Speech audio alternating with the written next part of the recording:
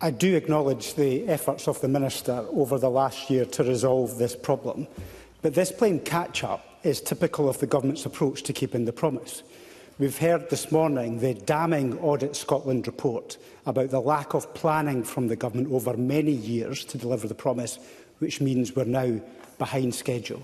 And secondly, at committee this morning, Education Committee, witnesses told us about the lack of engagement and again planning on the new promise bill.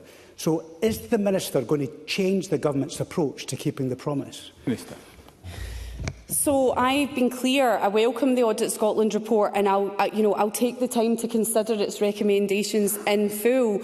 I don't agree that it was damning. I do think there were some really positives in there. I think it was clear that we are still on track to deliver the promise by 2030. I think in terms of tracking progress, we've got the Promise Progress Framework, we have Plan 2430, we have a number of ways where we are actively looking to track progress in the promise. But I think we need to be clear here as well. It's not all about measurable data.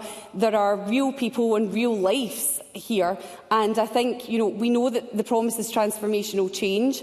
I think that it's systemic change. It's not going to happen overnight, and while there are aspects absolutely that are measurable and that we will ensure to track, there are also, as I say, real lives at stake, and it's the change that is happening on the ground, which isn't always measurable, that I think is very important as well.